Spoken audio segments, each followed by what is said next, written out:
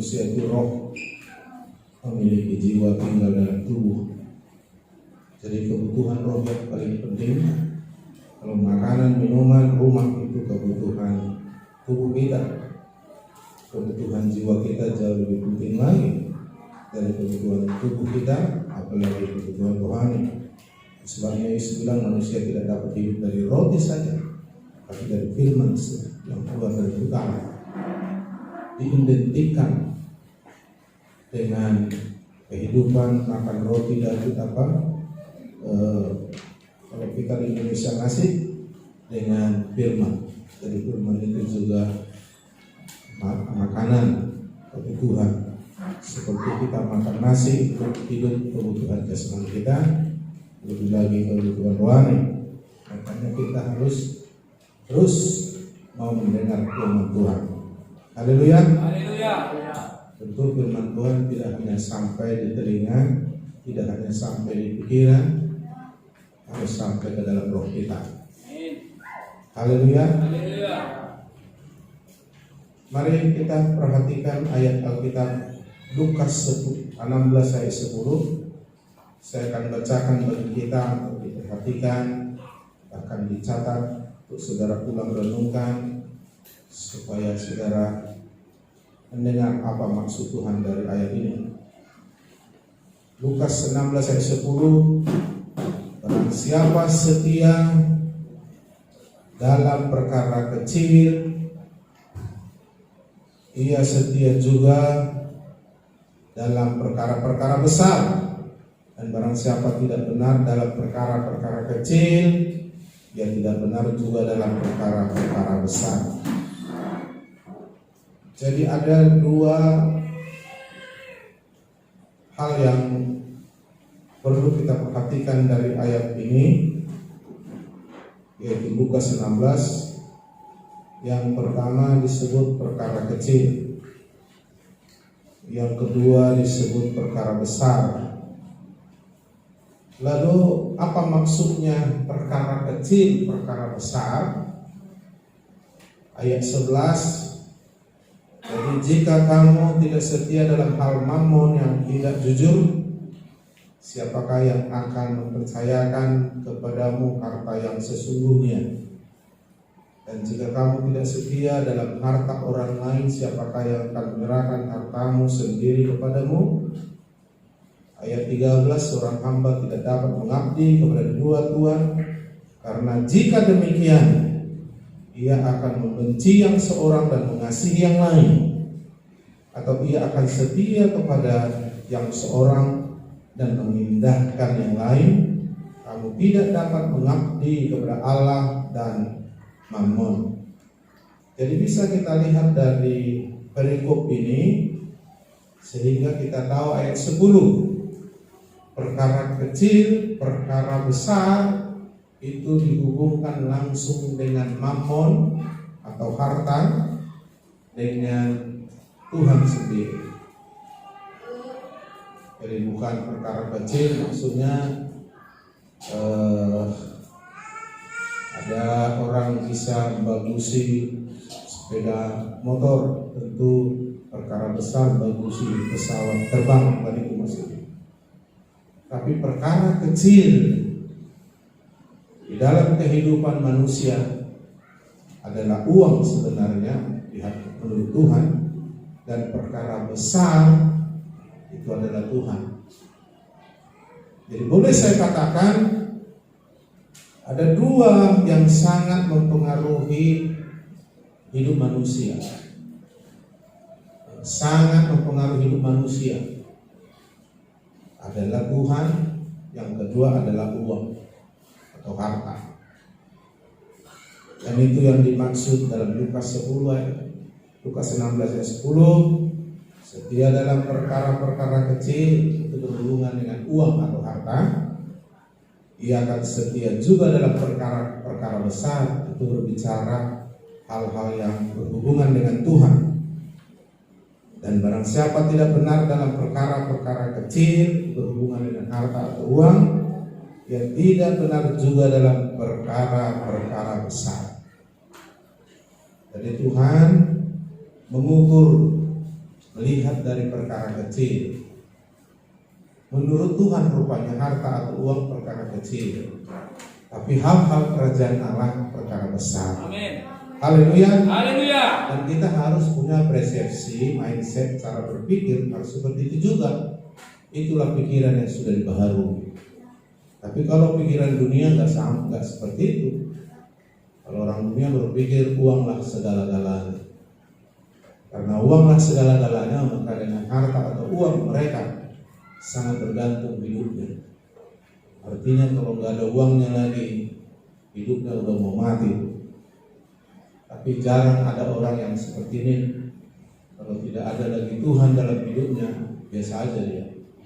Padahal sebenarnya Tuhanlah sumber segala-galanya. Haleluya. Haleluya.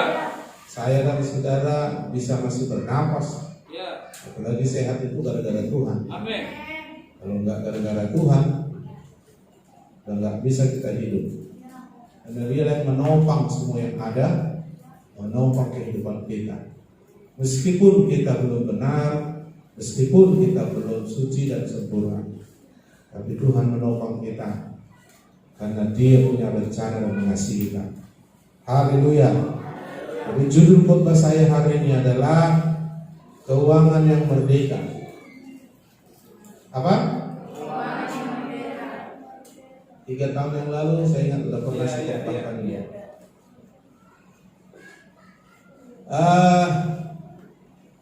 Dua hal di kehidupan ini, kita pasti terikat dengan sesuatu dalam hidup ini.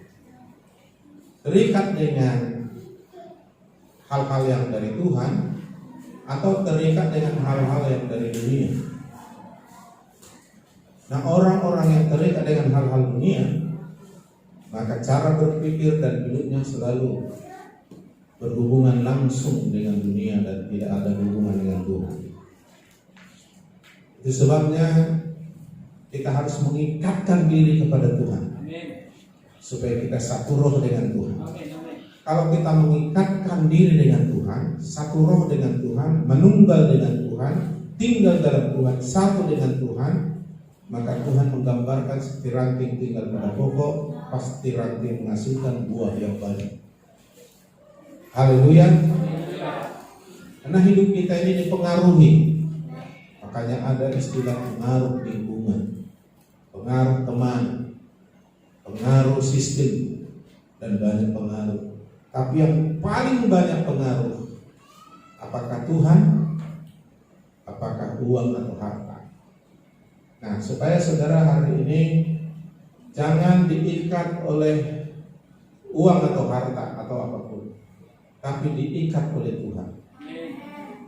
Kalau kita diikat oleh Tuhan, kita menunggal satu dengan Tuhan, di dalam Tuhan tidak ada hukuman. Amin. Amin. Karena rohnya yang memerdekakan kita. Orang merdeka itu bahagia. Ya. Orang yang merdeka itu, saudaraku, pasti bisa membangun. Negara yang tidak merdeka, terjajah atau perang, pasti hancur dan tidak ada kesempatan membangun. Contoh, ya, negara Irak, mereka dipecah belah dengan isu agama. Perang mereka di sana, perang saudara, perang agama. Jadi yang ada pun sumber-sumber minyak, sumber minyak hancur semua. Bangunan semua hancur, pemerintahan nggak jalan, pemerintahan hanya fokus bagaimana mengalahkan musuh negara yang mau menghancurkan negara. Bom sana hancurnya, bom sini, dan rakyatnya pun lari menyelamatkan diri ke seluruh dunia. Negara itu sekarang hancur, babak belum. Kita doakan jangan terjadi di Indonesia.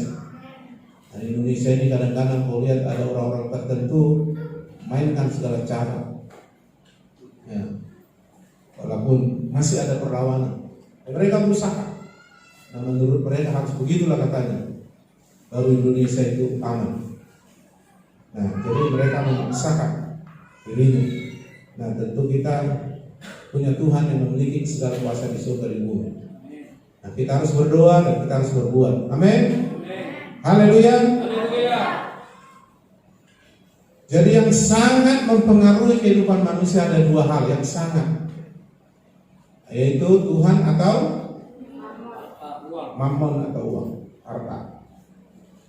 Nah sekarang kira-kira yang sangat mempengaruhi, yang paling mempengaruhi siapa? Tuhan atau harta atau uang? Itu nampak dari cara hidup. Ya, kalau ada orang yang terbelenggu, pasti nampak itu dari cara berpikir, ngomong, hidup. Ya, Tuhan tidak mau kita dibelenggu oleh dunia ini, karena dunia ini dikuasai oleh si jahat. Haleluya. Jadi kita katanya harus setia dalam perkara kecil, harus benar dalam perkara kecil, supaya kita juga setia dan benar perkara besar, supaya kita benar hal-hal rohani. Segala sesuatu di dunia ini yang berhubungan dengan hidup kita di bumi ini akan goncang, dan itu sudah terjadi. Ya, ekonomi Amerika yang begitu hebat hanya dengan corona aja goncang. Belum lagi nanti. Dan Tuhan memang yang mengizinkan goncangan itu karena Dia sedang membangun sesuatu yang tidak tergoncangkan di muka bumi. Maka Yesus bilang kerajaan Allah tidak tergoncangkan. Maka Tuhan membawa kerajaan Allah di muka bumi. Maka Yesus mengajarkan kerajaan Allah. Seorang hidup dalam kerajaan Allah, mengikuti sistem pola kerajaan Allah. Dan kita pun disuruh berdoa sebelum meminta yang lain. Datanglah kerajaanmu, jadilah kehendakmu di bumi seperti surga. Dan kita harus bertobat dan hidup dalam kerajaan Allah. Amin. Hidup dalam pola sistem kerajaan Allah dalam seluruh hidup kita. Kita harus membangun hidup kita dalam pola kerajaan Allah. Keluarga kita, pelayanan ini, sistem keuangan harus dibangun dalam pola kerajaan Allah. Kenapa? Kalau tidak akan goncang. Hanya kerajaan Allah tidak goncang. Haleluya. Kerajaan Allah itu bukan hal-hal duniawi, bukan sistem duniawi, tapi hal-hal yang dari Tuhan, dari surga, yaitu berbicara dengan kuasa kekuatan Allah, berbicara tentang kebenaran dari Allah, berbicara tentang damai sejahtera sukacita oleh Roh Kudus. Haleluya.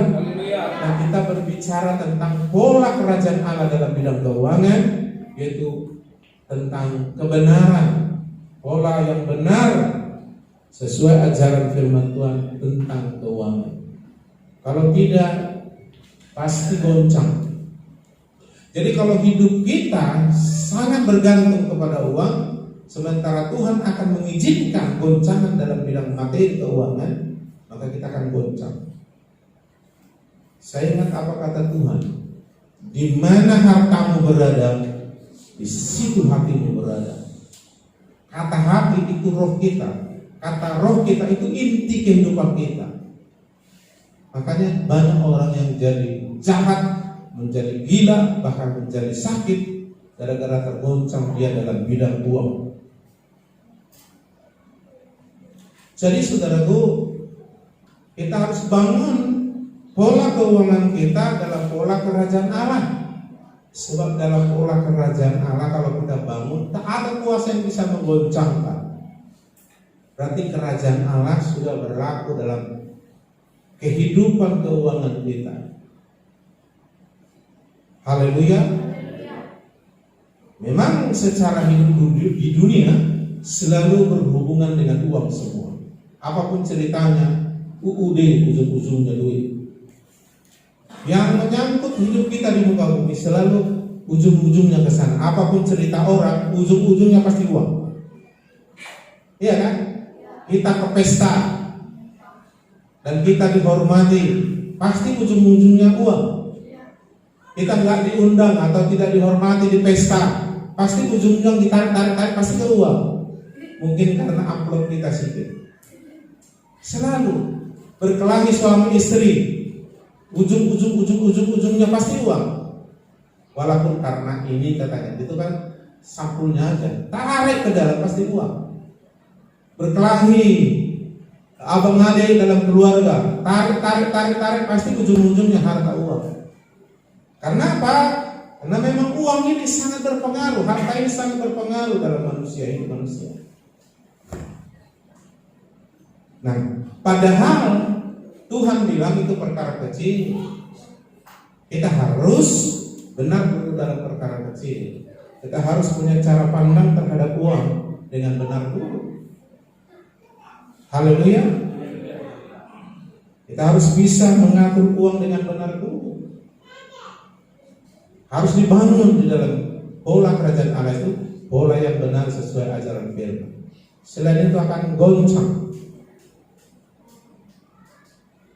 Hidup di dalam dunia ini itu belum pasti, tapi di dalam Tuhan sudah pasti.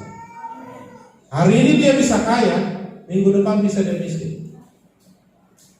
Makanya ada teori relativitas, relatif semua. Sekarang ketawa, besok udah nangis dia. Sekarang kita lihat sehat, besok dia gak ada lagi. Tapi di dalam Tuhan ada kepastian. Amin. Sebabnya bangun dirimu di dalam Tuhan. Karena hanya dalam Tuhan ada harapan. Di luar Tuhan tak ada yang pasti. Oleh sebab itu, pakai cara berpikir yang benar, itu cara pikir pola kerajaan Allah. Kita harus punya cara berpikir tentang uang menurut sudut pandangnya Allah, yaitu firman Tuhan. Kita harus mencari uang dengan cara pola kerajaan Allah. Kita harus menggunakan uang dengan pola kerajaan Allah. Kita harus memandang uang atau harta dengan pola kerajaan Allah. Kalau tidak, semuanya bisa digoncang. Hanya kerajaan Allah di bumi yang tidak bisa digoncang. Haleluya. Kerajaan Allah itu sistemnya bertambah. Kalau di dunia enggak merosot. Itu makanya nyanyi kita hari lepas hari. Itu kata Alkitab, itu kebenaran, dan itulah pola kerajaan Allah. Masalahnya mau enggak kita memakainya? Iya. Jadi cara kita berpikir itu menentukan hidup kita. Nasib-nasiban, takdir itu enggak ada. Takdir itu dimulai dari keputusan yang benar atau keputusan yang salah.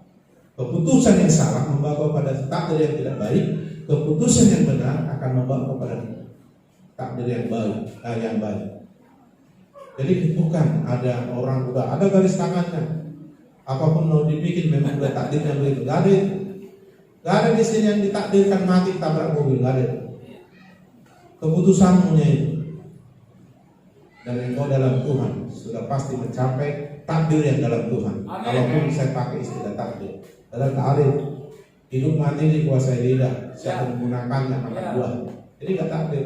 Apa yang ditabur itu gak ada istilah takdir. Itu keputusan menabur. Tabur jagung, maka tunggu, hanya tinggal waktu. Tunggu jagung, buah. Gak mungkin buahnya nanti jadi jengkol. Semua ada waktunya. Kau rawat dia, kau akan dapat hasil jagung yang terbaik. Haleluya. Ini semua hukum tabur baik. Nah, Tuhan ingin memberkati kita. Karena apa? Karena kita disebut anak. Ketika kita percaya terima Yesus sebagai Tuhan Juru Selamat lahir baru, kita disebut anak Allah. Apa maksudnya anak Allah? Anak Allah itu maksudnya anak itu arti ahli waris. Ahli waris itu artinya kita memiliki apa yang dimiliki bapak kita. Secara jasmani anak adalah ahli waris. Secara rohani kita anak Allah, kita ahli waris. Mewarisi apa? Apa yang dipunyai bapak kita. Jadi kita mewarisi apa yang bapak punya. Apa yang bapak punya? Semua dia punya. Segala yang baik dia punya. Haleluya. Jadi pantas dong anaknya kaya kalau bapaknya kaya. Kalau anak bapaknya kaya sekali, anaknya miskin sekali, ada apa itu? Pasti anak yang bilang. Artinya anak ini tidak terkonek, tidak terhubung dengan bapaknya. Itu cerita di Alkitab anak yang bilang. Tapi kalau dia ada di rumah bapaknya dan dia menikmati apa yang ada bersama bapaknya. Haleluya. Misalnya kami ini di pastori, ya apa yang kami makan itu semua yang dimakan di rumah. Iya kan? Gak mungkin kami makan nasi, anak-anak kami kasih hanya makan ubi kayu. Kalau ada begitu sudah gak benar itu kan? Demikian juga kalau kita terkonek dengan Bapa, apa yang Bapa punya kita punya. Dan itulah tujuan Yesus datang ke dunia ini, ke dalam hidup kita. Apa katanya dalam Yohanes 10:10? Aku datang memberi hidup supaya kamu hidup dalam segala kelimpahan. Dia memberi hidup kekal hidupnya supaya kita hidup seperti hidupnya, dan bukan hanya hidupnya kita miliki, itu hidup kekal, tapi kelimpahannya juga kita miliki. Makanya kita harus hidup di dalam Dia, di dalam kebenaran, di dalam pola. Dalam semua hal, waktu Adam dan Hawa, hari pertama dia hidup di muka bumi setelah Tuhan menciptakan langit bumi dan terakhir manusia. Manusia itu udah memiliki semuanya, gak ada kurang lagi. Jadi mereka nggak tunggu tanam padi 4 bulan kemudian baru makan nasi. Enggak. Sudah ada semua. Tinggal mereka mengembangkan dan menguasai. Tuhan juga sudah sediakan semua. Tinggal kita mengambil dengan cara hidup di dalam Dia. Amin. Mari kita perhatikan saudaraku ayat 13 tadi, Lukas 16. Seorang hamba tidak dapat mengabdi kepada dua tuan. Siapakah dua tuan ini? Kalau udah dibilang tuan yang menguasai, ya Tuhan itu bisa diterjemahkan juga Tuhan. Cuma memang pengertian Tuhan dengan Tuhan sama, beda memang. Tapi tetap orang yang berotoritas, orang yang menguasai, mengendali, itulah Tuannya. Yesus sendiri bilang ada dua Tuhan dalam kehidupan manusia. Satu Tuhan sendiri, dan Dia adalah Tuhan yang benar. Satu uang atau harta. Dan tidak ada orang yang mengabdi kepada dua. Aku ke Tuhan tapi ke harta juga enggak. Pasti salah satu. Ya kan? Tidak bisa mengabdi kepada dua Tuhan. Karena jika demikian ia akan membenci seorang dan mengasihi yang lain. Atau ia akan setia kepada seorang dan tidak mengindahkan yang lain. Kamu tidak dapat mengabdi kepada Allah dan kepada Mammon. Kata Mammon itu diserahkan kepada semua yang berhubungan dengan harta yang sangat menguasai. Ya, itu seperti dewa, seperti Tuhan.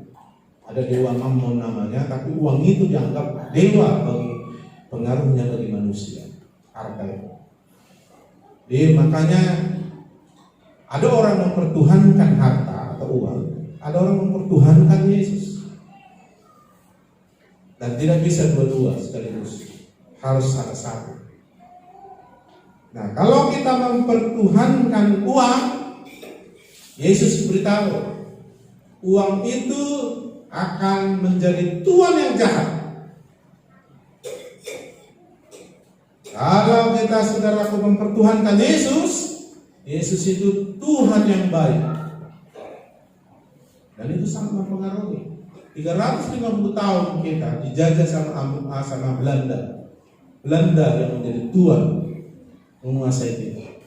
Disuruh kita menanam padi, gak boleh kita gunakan. Dia ngaku kita capek nanam. Disuruh kita bikin jalan supaya mereka bisa jalan bebas. Dan kalau kita nggak mengikuti, kita dipenjara atau dibunuh. Karena berkuasa sekali Tuhan. 350 tahun. Mindsetnya orang Indonesia dicetak dengan perbudakan. Makanya susah kali Indonesia ini maju. Dan 350 tahun mindset cara berpikir begitu. Makanya orang-orang Eropa bisa melihat ini pola pikir orang Asia itu sangat jelek di bawah. Ya maklumlah 350 tahun otaknya sudah dibentuk sama perbudakan. Maunya kita dibebaskan oleh karena firman Tuhan. Haleluya. Nah, kalau kita bermentalitas miskin, maka kita akan miskin. Gak pernah ada orang maju dengan pikiran yang tidak maju. Orang yang maju selalu berpikir maju dulu. baru mengalami. Jadi sebagaimana kau berpikir dalam dirimu, kau seperti itu. Makanya rubahlah pikiranmu supaya kau berpikir seperti apa kata Tuhan. Maka kau akan bisa seperti apa kata Tuhan. Amin. Jadi Tuhan bilang, aku datang memberi hidup supaya kau punya kelimpahan. Maka kita saudaraku harus mengerti tujuan Tuhan datang dalam hidup kita. Untuk itu sebabnya bangunlah pola itu dalam pikiran kehidupan supaya kerajaan Allah datang, kehendaknya jadi. Amin. Haleluya. Haleluya. Mari kita melihat dulu 1 Timotius 6. Kita lihat pengaruh tuan yang jahat atau uang atau harta dalam kehidupan kita, bahkan kehidupan orang Kristen. Mengerikan sekali. Mulai dari ayat yang 1 Timotius 6. 1 Timotius 6 ayat 10. Ini kerjaan. Kalau kita sempat dikuasai uang, uang menjadi tuan, dan dia tuan yang jahat, maka kita akan diperlakukan. Karena akar segala kejahatan ialah uang. Haleluya. Amin. Amin. Salah. Saya ulangi lagi. Makanya saya jarang bilang amin, takut kau belakang saudara. Tapi jangan takut juga bilang amin.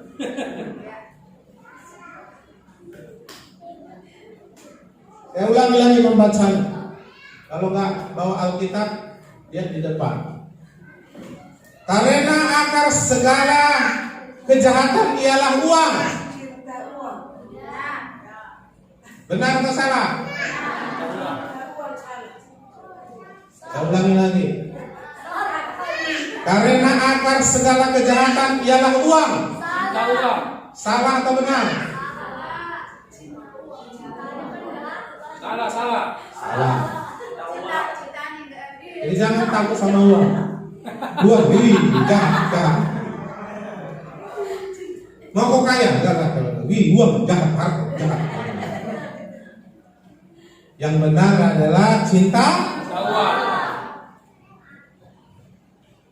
Kalau kita cinta uang, tak mungkin kita cinta Tuhan. Percaya kalau selingkuh itu namanya. Kau udah punya istri, cinta kau sama istri orang lain. Allah itu cemburu. Jangan ada Allah lain di hadapan Tuhan. Haleluya. Jadi jangan cinta uang. Uang itu bendanya itu. Tapi kalau cinta uang itu udah lain itu mindsetnya, cara berpikir sikapnya itu udah lain. Sikap kita terhadap uang itu yang menjadi masalah. Uang itu nggak ada masalah. Uang itu kertas itu atau logamnya. Emas itu bendanya itu. Tapi sikap kita, cara pandang kita terhadap uang itu yang masalah. Disebut di sini cinta akar dari. Jadi semua kejahatan tarik pasti uang. Pencuri ujung-ujungnya pasti uang. Curi kereta kamu ujung-ujungnya semua uang. Kenapa? Karena uang ini memang berhubungan langsung dengan hidup kita. Kalau ditanya, kenapa kau curi sepeda motor itu? Karena aku udah 2 bulan gak bayar uang SPP. Ujung-ujungnya uang kan? Karena kami mau hari raya, tak ada uang, kami mau mudik katanya. Ujung-ujungnya bicara uang. Karena saya mau beli sepeda motor. Semua ujung-ujungnya harta atau beruang. Makanya jahat kalau cinta uang. Uangnya tidak jahat. Sikap kita, cara kita memandang uang yang salah itu yang jahat.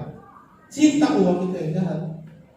Cinta uang itu bagus. Cinta Tuhan itu bagus. Haleluya. Jadi jahat orang cinta uang. Mau siapapun itu, termasuk saya jadi pendeta. Kalau cinta uang, jahat. Karena apapun yang dilakukannya, ujung-ujungnya uang. Jadi jahat semua yang dilakukannya. Pasti.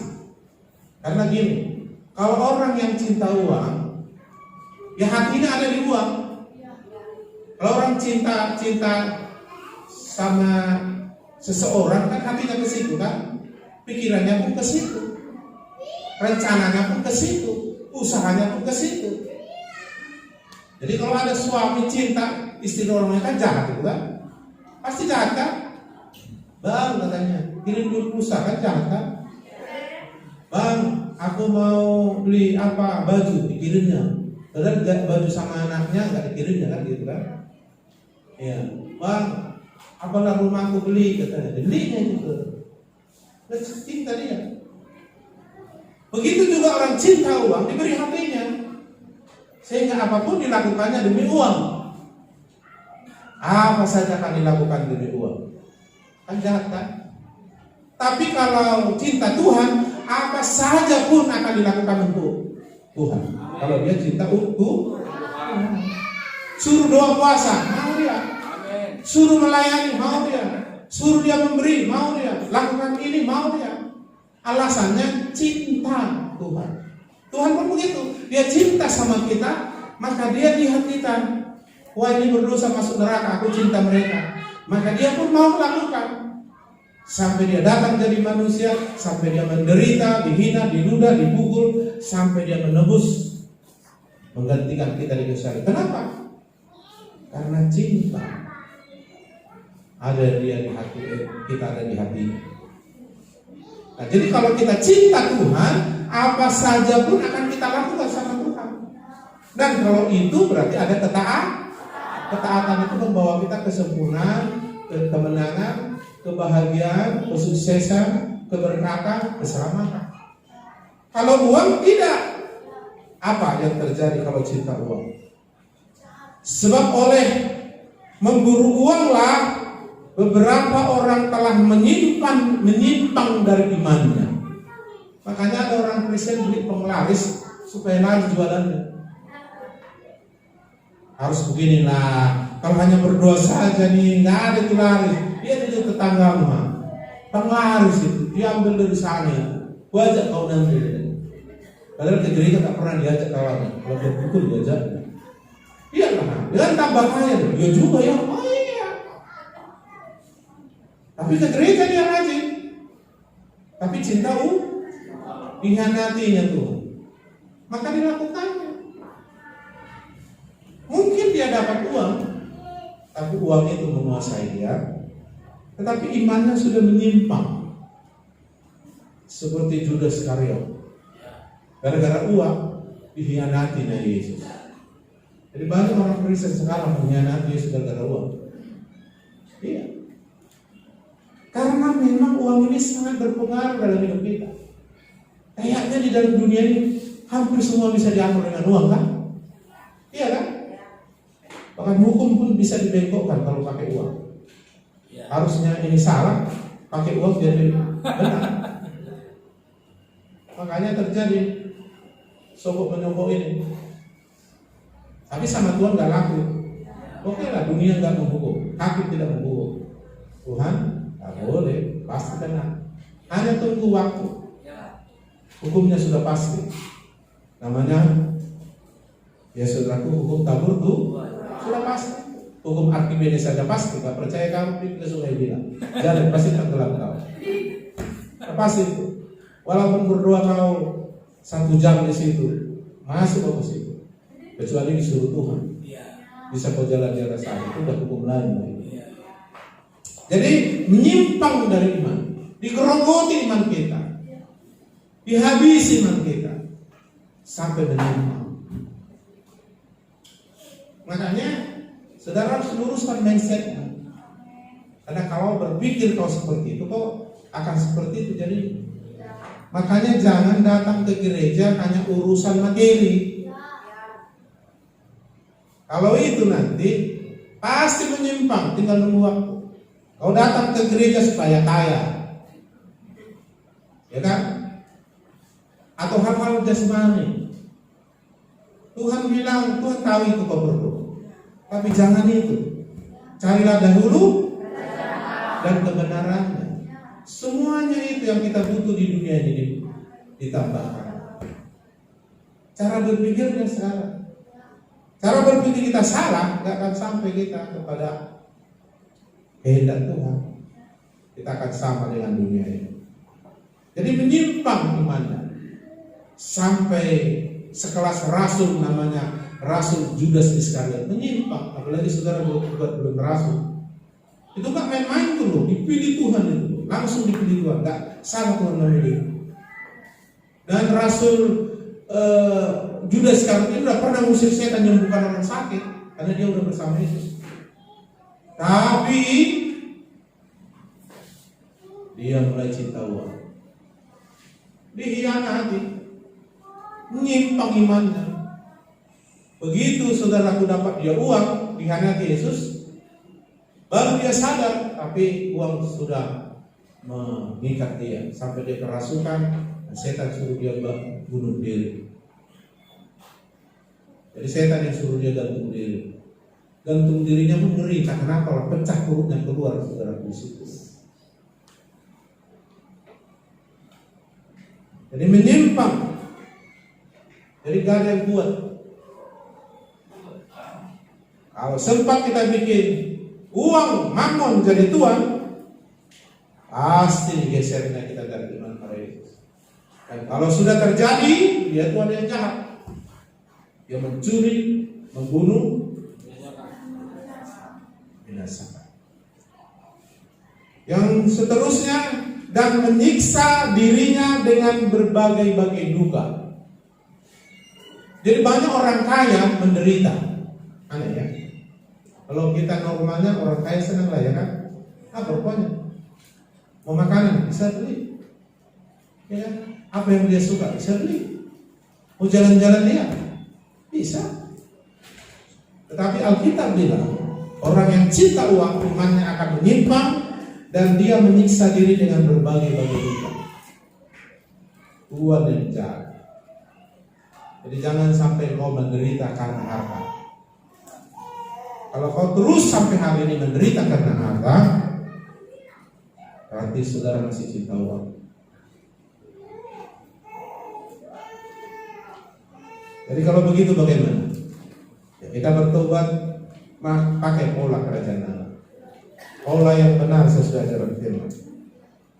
Benar perkara kecil, harta uang. Kau akan benar perkara besar, itu tentang Tuhan. Jadi kita nggak bisa benar ikut Tuhan kalau belum benar masalah uang. Percaya. Jadi miliki kemerdekaan dalam uang. Jangan uang menjadi Tuhan mengikat. Tapi uang harus kita kuasai menjadi hamba bagi kita. Kita bosnya uang, bos kita Tuhan Yesus. Kita bosnya uang. Uang hamba kita. Kalau uang hamba kita, maka dia hamba yang baik. Enggak pernah dia melawan kita kalau dia sudah jadi hamba. Kita suruh dia lakukan dengan cepat dan tepat. Bilang saja sama uang, gantikan Portugal, pasti ganti. Enggak mau dia membantai. Siap katanya kayak tentara polisi. Apa pun bilang siap. Harus warna putih, siap, pasti siap. Nggak ada tuh, nggak warna merah, nggak ada itu siap. Kalau kita disuruh Pak Gembala datang, kita nanti rapat, nggak mau bilang siap. Kalau uang siap, laksanakan. Apa saja aku bilang pasti dia kerjakan. Tapi harus bos dulu kita, bos terhadap uang. Supaya kita bos terhadap uang, kita benar-benar jadikan Yesus dulu bos kita. Tuhan kita. Haleluya. Tunduklah pada Allah, lawanlah iblis. Iblis mengendali dunia ini termasuk uang, memakai untuk membuat kita terpengaruh supaya dikuasai oleh uang. Jadi uang itu bisa dipakainya, tapi Tuhan juga bisa pakai uang melalui kita. Jadi saya harus pakai uang. Jangan iblis memakai uang terhadap kita.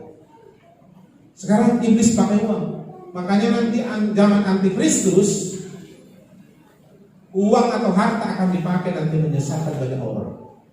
Supaya kau bisa jual beli, transaksi ekonomi, bisa makan minum, kau harus menjadi pengikut antikristus.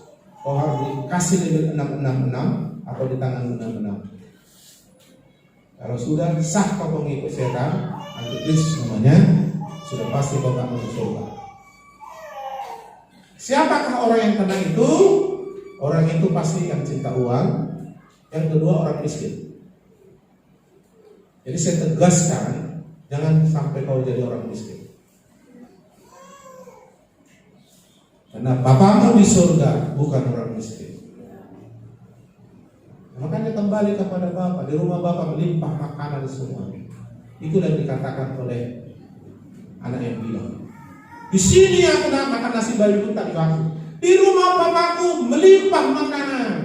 Punya pembantu. Masalahnya aku gak layak dan disuruh anak. Tapi lebih bagus aku di rumah Bapakku kalau aku jadi pembantu. Rupanya bapaknya tidak seperti yang dipikirkan. Begitu dia pulang, dirangkul walaupun ini anak bau dan kumat. Papa, aku gak layak di hadapan Papa. Dia bilang, kau tetap anakku, cuma kau sudah kembali. Bikin pesta, kasih bersih badannya, kasih jubah yang maha indah, kasih kasut, kasih cincin, potongkan lembu yang terbaik. Kita pesta. Pesta itu identik dengan sukacita kebahagiaan. Amin. Pesta.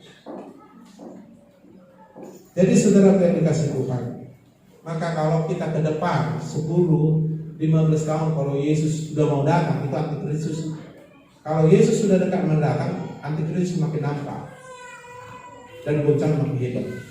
Nah, kita nggak usah takut, karena kita sedang dipersiapkan untuk dibuktikan tidak tergoncangkan ketika dia bergoncang. Nah, apa yang tidak tergoncangkan di bidang kesehatan, di bidang keluarga, pelayanan, keuangan, itu kalau dibangun dalam pola kerajaan Allah tidak akan goncang. Dan itu sedang dibangun Tuhan di muka bumi melalui gereja. Haleluya. Jadi makanya kau harus bangun pola kerajaan Allah, kesehatanmu, keluargamu, pelayanan yang kita bangun dengan pola kerajaan Allah, jangan pola kita. Keuanganmu juga itu sangat penting. Saya berdoa 5 tahun, 10 tahun yang akan datang, jangan ada yang miskin lagi. Kalau miskin kau pasti seret. Lihat sekarang kan, dibangun BLT karena virus corona, yang dapat siapa? Orang miskin sebagian, tapi bagi juga orang kaya kan? Orang kaya banyak di sini. Tadi kami cerita banyak orang yang buta wajah di sini dapat 2 orang kaya. Dapat, padahal yang miskin nggak dapat. Apa kurang uang dia? Udah kaya, katanya ada kelapa sawit yang banyak itu. Masih terima BLT, saudara. Kira-kira kayak mana? Itu cinta uang. Cinta uang. Ya kan? Jadi kenapa? Ya itu tadi. Harusnya gak begitu kan? Yang di penjara sekarang itu orang kaya benar itu, yang ditangkap KPK itu orang kaya kan? Siapa itu yang ketua partai itu? Kaya rupanya itu. Anggap penjara, tapi belum keluar dia. Uangnya triliun. Tapi dasar cinta uang menyimpang dari itu. Susah ya kan? Makanya jangan. Bahwa akan tergoncang. Jadi ciri-ciri saya lihat orang kalau diberkati, jangan terus kau bilang orang itu banyak uang diberkati Tuhan, yang belum tentu. Saya mau kasih tahu ciri-ciri orang diberkati. Ciri-ciri orang diberkati, dia menikmati hidup ini. Dia ada uang banyak atau sedikit dia menikmati. Banyak orang banyak uang nggak bisa dinikmati. Saya pernah dapat uang banyak, saya nggak laku makan. Jadi saya makan apa ya? Bayangkan. Kalau saya nggak ada uang, apa saja dimakan. Ayo. Jadi jangan saudara pikir bersenang dia banyak uang. Iya, kalau saudara uangnya diberkati Tuhan. Kalau tidak, uang itu membuat imanmu melenceng. Hari Mingguan, kalau salah dulu ibadah, pikir dulu ke Dana Toba. Ada uang, cuma nggak ada uang, mana kepikir ke Dana Toba. Ibadahlah, iya kan? Hati-hati, jangan saudara pikir. Iya, uang bisa bikin kita sombong, kan? Sombong itu sudah menempatkan dirinya sama dengan Tuhan atau menjadi Tuhan. Jadi kalau orang diberkati Tuhan, uangnya diberkati Tuhan, beli beras, beli ikan gembung, beli sayur, makan, didoakan, diberkati. Tapi kalau uangnya hasil nipu-nipu, dibeli beras, dibeli ikan, dibeli ini sayur, makan sakit perut dia, kambuh asam uratnya. Saya lengkap. Ada istilah pegawai negeri dulu, bapakku yang tahu itu. Uang setan dimakan hantu.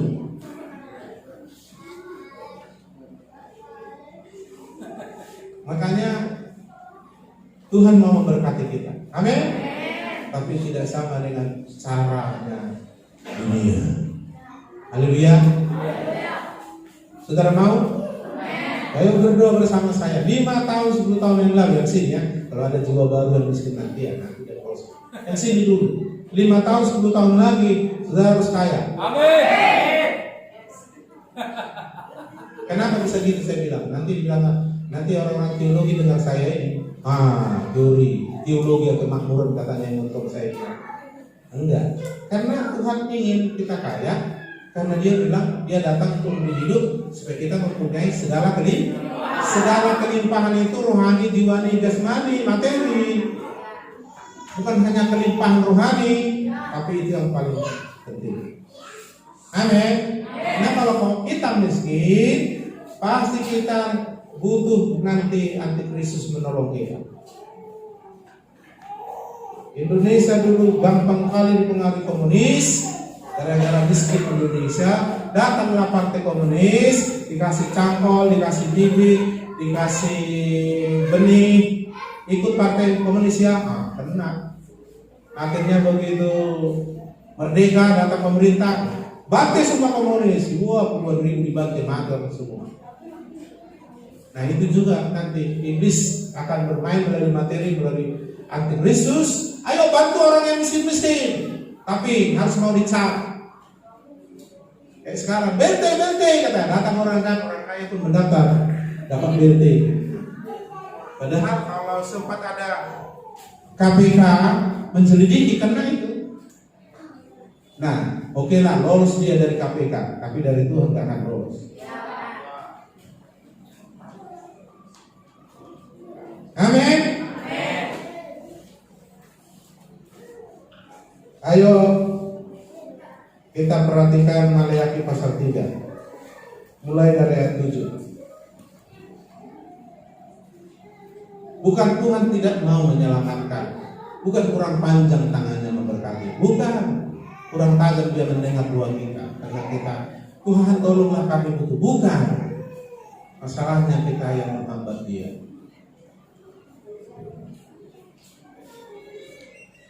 Maleakhi pasal 3 ayat 7 dikatakan, sejak zaman nenek moyangmu kamu telah menyimpang dari ketetapanku dan tidak memeliharanya.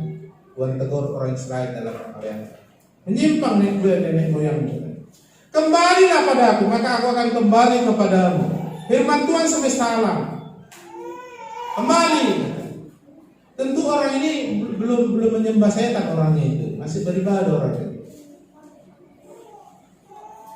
Tetapi kamu berkata dengan cara bagaimana kami harus kembali. Ayat 8. Mereka tanya, bolehkah manusia menipu Allah? Tuhan menjawab, mengenai persembahan persepuluhan dan persembahan khusus, nah dikaitkan dengan uang. Jadi kalau sudah meleset hati kita tentang uang, kita sudah menyimpang, kita sudah jauh dari Tuhan. Sebenarnya pengaruh kita memiliki uang, walaupun kita berkata Yesus Tuhan, tapi dalam praktek kenyataannya hati pikiran kita uang. Maka di mana hartamu berada, maka lebih bagus hartamu kasih sama Tuhan, dikuasai Tuhan, diatur Tuhan dengan pola kerajaan Allah. Lalu hatimu sama Tuhan. Kalau hartamu kotormu di bank, ya hatimu sama uang yang di bank, nggak salah bikin uang di bank. Ini masalah pola, mindset, cara berpikir, cara pandang. Amin. Tapi kalau uangmu itu kau atur dengan pola kerajaan Allah, itu artinya dia ada dalam kerajaan Allah. Di dalam kerajaan Allah kan Tuhan yang menjadi raja. Berarti ada di dalam Tuhan. Hatimu akan ada di sana. Yang hebatnya kalau dalam kerajaan Allah tak ada yang bisa mencuri. Gak bisa itu. Jadi dihubungkan dengan uang. Haleluya. Saudara mau?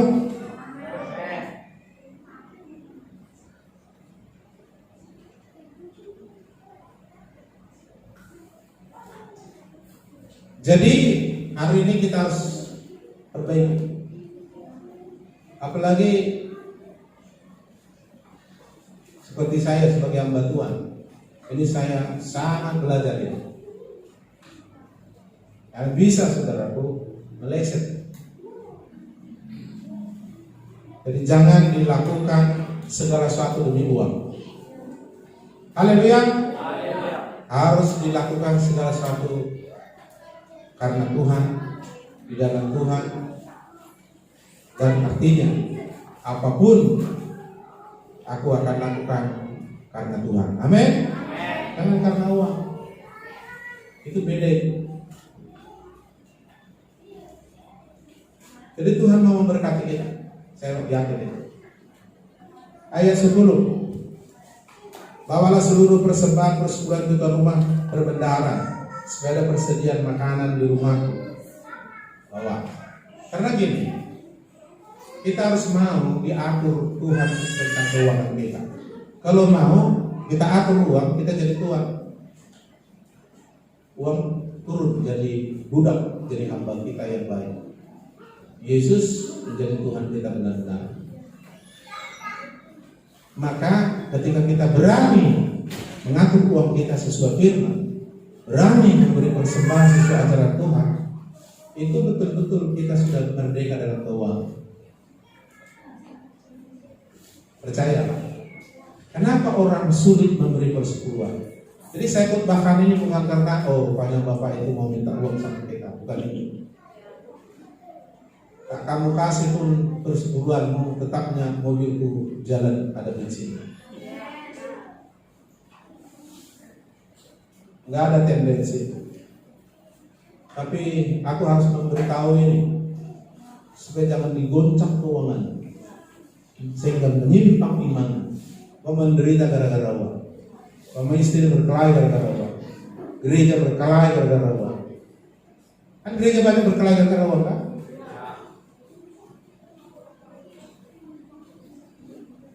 Jadi iblis itu jahat.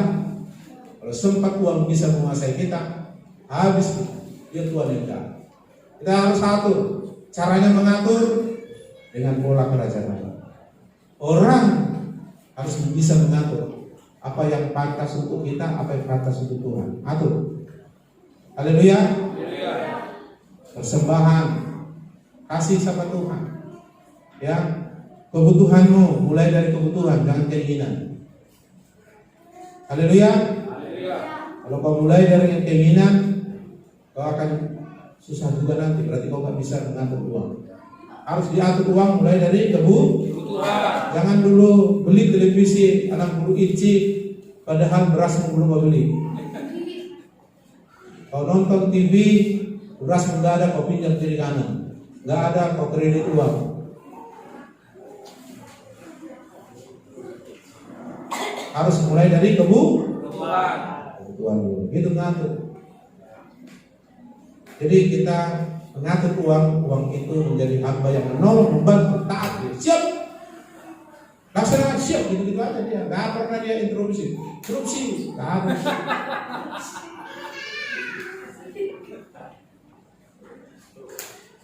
Kenapa sulit kita memberi uang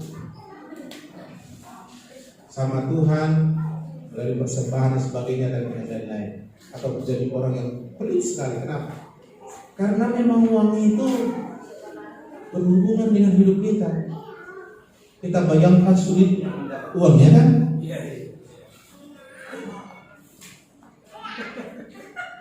Iya memang itu gambaran kita sulit kan dapat uang kan? Ayo sulit. Jadi kalau kau berani memberi, itu memang kau memberi hidupmu. Dan kalau bisa memberi, jangan asal memberi. Memberi sesuai firman Tuhan. Memberi karena percaya, karena iman, karena taat. Harus latih. Iya memang cari uang banyak. Makanya saya ingatkan, saudara harus bertobat. Kalau minjam uang gak balikkan, saudara harus selesaikan itu. Apalagi sama sekali karena udah dilupakan, karena udah palak dia tahu dilupakan itu yang mau pinjam. Hati-hati. Karena apa? Dia untuk mendapatkan uang itu susah itu. Lalu kau bilang pinjam nanti aku kembalikan, tak kau balikkan, dia menderita itu. Disumpahinya kau. Kutuk itu bisa kena kalau ada alasan. Kecuali dia bilang udahlah, aku udah gak usah bayar, aku makan, itu lain cerita. Kenapa? Untuk dapat uang 1 juta itu payah itu. Payah. Ya dia nggak pak, gampang sekali dulu dapat. Iya, waktu memulainya itu dulu. Ini tanahnya, gimana dia dulu menanam itu? Kan mati-matian itu dulu. Jangan dia dulu sekarang. Tiba-tiba kau tinggal pinjam uang, kau balikkan. Makanya sial orang seperti itu. Jangan. Amin. Karena uang itu memang dari hidup kita. Apalagi kayak yang mangkas misalnya kan? Untuk dapat berapa? 100.000 harus berapa kepala? 150.000 dia harus 15 kepala gitu mangkas. Kan payah kan? Lalu dipinjamkan sama Pak, saya pinjam 1 juta. Nggak dibayarnya. Padahal untuk mengambil 1 juta itu dia harus kerja berapa puluh hari. Naik proyek akhirnya hilang. Lalu dipinjamkan pulang kan? Malah marah-marah, baru itu suruh. Dia udah mengambil hidup orang itu selama berapa minggu. Atau kau membayangkan, aku dapat uang 1 minggu 1 juta. Aku dapat 1 juta, udah berjuang hampir ditabrak mobil aku naik kereta. Harus aku kasih per bulan 10.000, 100, berapa? 100.000. Oh, itu. Kalau kau saudaraku nggak memberi hidupmu, nggak mengatur uang, mahal itu 100.000. Mahal itu. Kalau bagi orang kaya sih nggak mahal, tapi bagi kita yang pendapatannya 1 minggu 1 juta beri 100.000 kan mahal itu kan? Nah disitulah nampak sebenarnya kau memberi hidup, mau diatur Tuhan dan mengatur uang. Karena itu ya sulit. Haleluya. Dulu di Padang Kelapa saya pernah bilang, mau diberkati Tuhan, kasih berpeluang. Oh amin pak, amin pak. Kalau mereka dengar firman Tuhan, enak juga ya, kasih diberkati ya uang. Mau amin amin. Jadi kalau dapat 1 juta berapa? 100.000. Mau beri amin. Kalau dapat 10 juta berapa? Gak semua lagi amin. Orang mulai mikir kan 10 juta men. Sebagian udah mulai senyum. Dan masih ada yang berani. Amin. Apa yang ragu-ragu kata dia kan? Ya mantap juga ini. Begitu bilang kalau kau dapat 100 juta, mau masih memberi perpuluhan, mulai dia mikir. Berapa itu? 10 juta. Mau 10 juta. Apalagi tukang dagang dia kan? 10 juta udah bisa DP beli sepeda motor yang terbaru kan? Udah bisa beli kulkas 2 biji itu. Karena memang uang itu memang untuk mendapatkannya kita harus memberikan hidup ya kan? Makanya kalau saudara bisa dengan taat dan patuh memberi persepuluhan, memberi karena taat, itu memang kau sudah memberi hidup. Artinya kau sudah bisa mengalahkan uang, kau sudah merdeka dengan uang. Itu karena kau taat dan menjadikan itu Tuhan. Dan itulah alasannya kau mesti diberkati. Karena kau tidak dikuasai uang lagi. Dan itulah alasannya iman akan bertumbuh, tidak akan bisa menyimpang lagi. Uang tidak mempengaruhimu lagi. Karena Tuhan yang sudah berkuasa. Hidupmu akan menikmati berkat Tuhan. Amin. Itu alasannya. Apalagi income hitungannya terhadap uang tidak tadi. Sampai ditawar itu dibajakan. Berapa ini sayur? 15.000. Oh iya mahal lah, nggak bisa 5.000.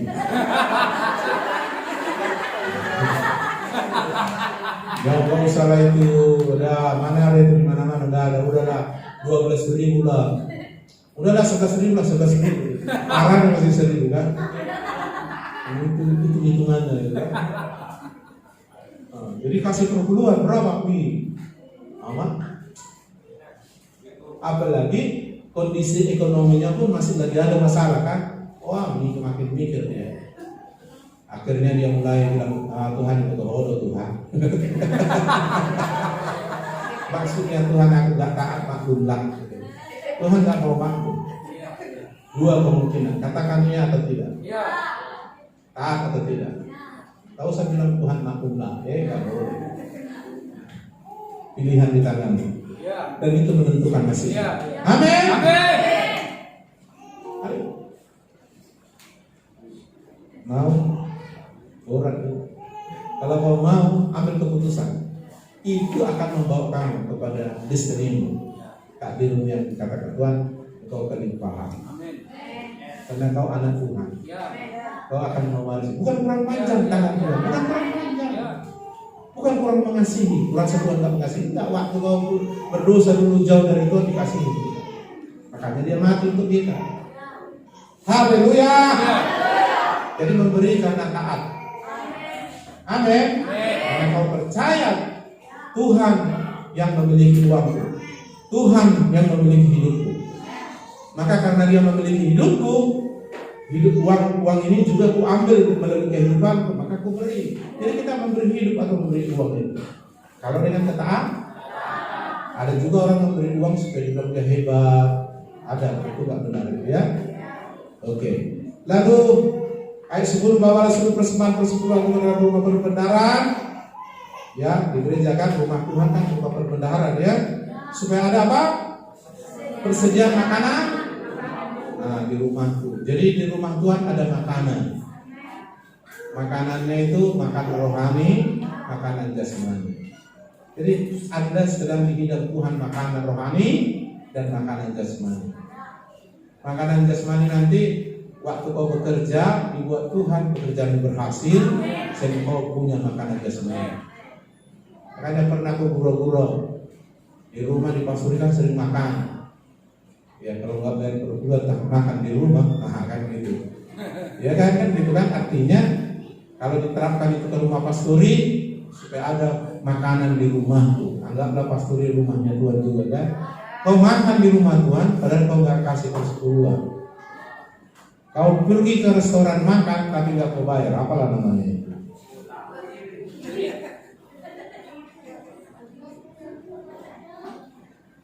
Ujilah aku. Wah, gak bisa kita uji itu. Tapi untuk memastikan ini, boleh kau uji aku? Karena kita kan sulit, mana bisa kan gitu. Bilang uji aku. Hanya ayat ini yang bilang Tuhan berani bilang uji aku. Karena susah kita kali kita dengan ini. Saya dulu belajar, ibu saja dulu belajar ini ayat. Uji aku, mana bisa kita uji Tuhan? Tapi ini dibilang uji aku. Tuh. Firman Tuhan, semesta alam. Apakah aku tidak membukakan bagimu tingkap-tingkap langit, intervensi surga, mencurahkan berkat padamu sampai ini namanya kaya. Kalau cukup ya belum, pelimpahan sudah kaya. Saudara begini, untunglah. Jadi aku bilang sama teman-teman Pentakosta,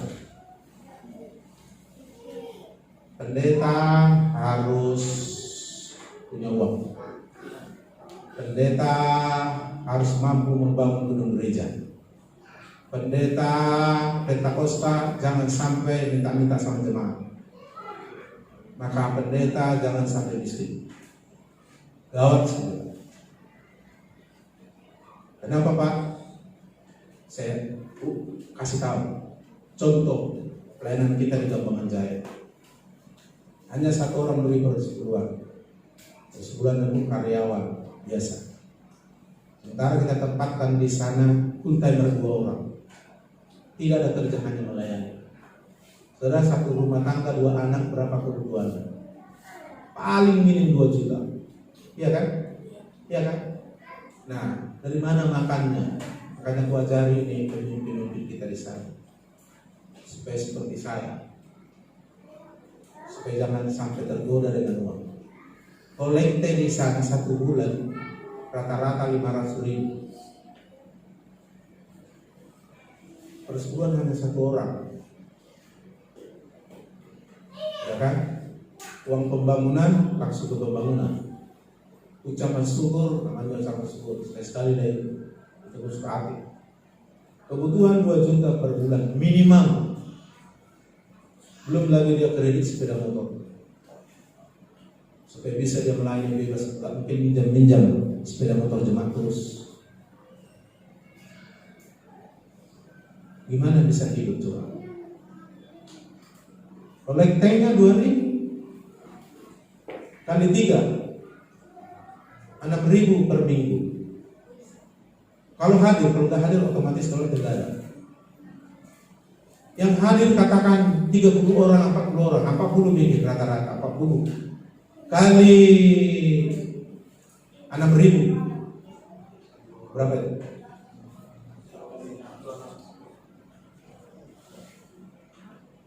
Itu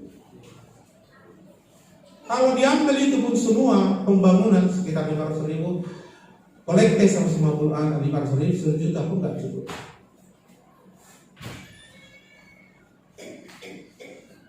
Apalagi pendeta kayak kami ini bicara uang kan tendensi jemaat, uang pada uang tuh kata, wah kan gitu kan? Gimana? Maka saya ajarin ini. Kebetulan aku dosen entrepreneurship. Saya pernah waktu di waktu kuliah dia saya dosen, saya ajarkan entrepreneurship.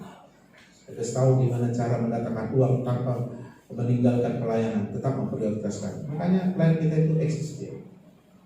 Kalau mengharapkan kolekte itu, diambil kolekte pembangunan tiap bulan itu 500.000 juta kan cukup. Ini nggak diambil.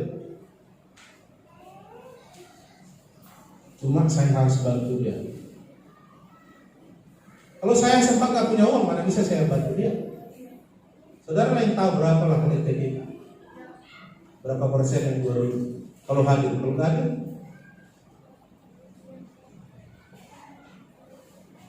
Ngeri kan? Nah, tahun yang lalu kita bangun gedung gereja, bikin janji iman, dapat 11 juta Gambangan. Uang tukang 10 juta. Bingung kan? Panitia pembangunan bingung. 9 bulan 11 harus selesai. Sampai bulan 12 Natal, makin bingung panitia. Di Kandis kita bangun juga sekaligus 10 kali 24 permanen, tinggi 4,5 meter, 100 juta. Kumpul uang hanya sekitar 20 juta, bangunan 100 juta. Saya bilang bulan 11 selesai, bingung panitia di sana. Kalau saya tunggu, maaf, saya tunggu, ya sabarlah kita berdoa, kumpullah kolekte. 10 tahun lagi belum tentu terbangun. Saya tidak tahu. Kalau tiap minggu dibilangi, ya kita beri persembahyan pembangunan kita. Oh, takut orang keluar dari gereja. Wah, nggak jadi bicara. Jadi pendeta harus. Jadi gimana Pak? Kita yang berdoa. Coba bayangkan kalau saya nggak punya uang, ulah perkorbanan jemaat 10 tahun lagi baru bangun. Si Pak Sibudan nggak tahu lagi waktu baca sampai beli tanah 60 juta, jemaat kumpul hanya sekian juta, nggak sampai 10 juta. Tanah 60 juta dulu, sekarang udah sampai 20 juta. Di Gambangan dulu tanahnya 56 juta. Kolektif 2000. Itu pun kemana kolektif kita semua? Dan makanya pendeta.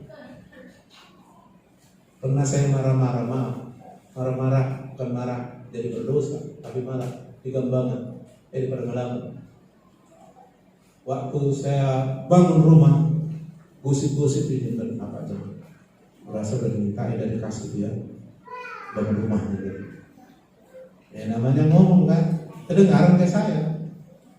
Lalu beli mobil saya kan, biar kan lampa nomor dapat detail. Nah, kan kita tahu kalau udah bahasa gitu kan, udah ada bensin itu di jalur saya kasih. Udah nggak? Akhirnya terbuka saya karena sudah saya buka. Saya tanya, Tungkir, kamu bendara pembangunan? Ada saya minta uang? Tidak ada Pak. Bendaramu ada? Enggak. Orang kita punya manajemen keuangan, ada administrasi kan? Udah bayar jahat. Pendetanya makin kaya, dia makin curiga kan? Harusnya kalau dia pun menyumbang 5 juta, Pak, dengan Bapak mau beli mobil ini 5 juta Pak, biar bisa. Pun dia nggak mau ngomong kan? Ini udah nggak kasih, ya udah yang ada. Nah, coba bayangkan kalau kayak saya ini nggak diberkati Tuhan secara finansial, terus bisa bayangkan? Saya harus datang ke rumah Pak apa? Aduh Pak, waktu itu berkati dulu saya, beli dulu beras. Datang sama-sama nanggur semua. Anak tuh apa? Masih buang lu Pak. Akhirnya tersebarlah pendeta tak bisa membayar utang. Kan susah kan? Jadi pendeta Pentakosta aku bilang harus punya uang. Kalau jemaat nggak bisa bangun gereja, harus bisa dia membangun. Kalau nggak jangan ke pendeta dulu. Ngeri juga Pak.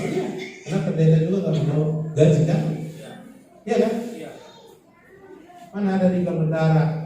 Karena keuangan pendeta kita harus di apa setiap keluarga wajib tiap bulan memberi 100.000 per keluarga. Ayo di store. Kau udah 2 bulan nggak bayar, harus store. Kalau nggak store nanti anak tak diberkati. Nanti kalau kau mati nggak diurus gereja dong. Lalu dibayar lah. Makanya dalam bidang keuangan kita lebih parah dibanding gereja HKBP yang lain. Parah. Gereja pendetanya di sana mana ada merintis kan? Udah di tempat langsung ada penyambutan pendeta baru ya. Rumahnya ada, mobil dinas ada, gaji ada, terus ada lagi persembahan bulanan balajo di pendeta ada itu. Nah kalau jemaatnya kaya pasti kasih. Kalau saya, dekati orang kaya nanti kalau ada sender di jemaat ini. Nah itulah kan Pak Gembala itu orang kaya nggak dekati kan? Kami orang miskin nggak dekati kan? Susah juga kan? Itulah hebatnya Tuhan. Amin. Haleluya. Makanya saya mohon jangan ada soruan di sini ya. Kalaupun ada, hanya ada bendahara, nggak usah pala. Kayak mana uang kita kalau mau membangun? Mana? Berapa pemasukan? Listrik kita ini tahu 500 sampai hampir 700, maka di rumah saya bikin lampu bilik semua. Karena nggak tanggung rupanya AC kita ini. 700.000. Berapa satu bulan dapat ini? Rata-rata 1 juta. 1 juta. Bayangkan, hanya untuk listrik 1 juta per bulan. Oleh Temo 2.000. Kalau nggak hadir, masuk oleh kan? Memang aku nggak masalahkan. Tapi hari ini yang mau gue bilang, nggak boleh begitu cara kita. Bukan aku minta belas kasihanmu dengan doa ini enggak. Tapi kalau kau mau membangun keuangan yang merdeka, tak tergoncangkan, siap diberkati Tuhan, lakukanlah. Haleluya. Haleluya. Amin. Tuhan sanggup memberkati. Asal kau percaya, lakukan aja bagian. Nah, orang melakukan firman pasti diberkati. Bukan mudah-mudahan, pasti diberkati. Kita sudah membangun 8 gereja, gedung gereja, 8 jemaat. Kita di depan. Uang nggak tanggung. Kita bangun itu. Saya sudah kasih gambaran di gambaran. 11 juta jemaat kumpul itu udah luar biasa itu kalau memang mereka bilang. Uang tukang 10 juta. Lalu mana batu apanya lagi? Upah tukangnya lagi? Apanya lagi yang lain-lain? Saya maju di sana. Tapi saudara tahu, saya nggak makin miskin. Kan nggak makin miskin kan? Anak-anak masih bisa bayar uang kuliah kok. Bensin itu mobil saya masih bisa jalan.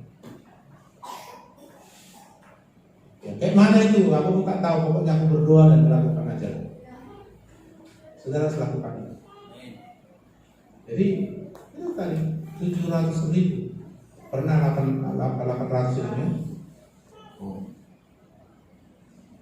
Lu bayangkan. Hanya dapat 1 juta, 300.000. Padahal kita banyak. Ini baru. 4,5 juta.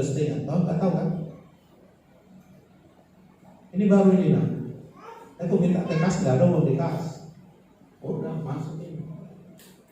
Ini sound system uang. Makanya hampir pencuri masuk yang tak 2 juta. Tapi saya nggak makin mesin kan? Haleluya. Nah, maksud saya gini, jadi saya bukan dikhotbahkan Bapak ini supaya kami enggak.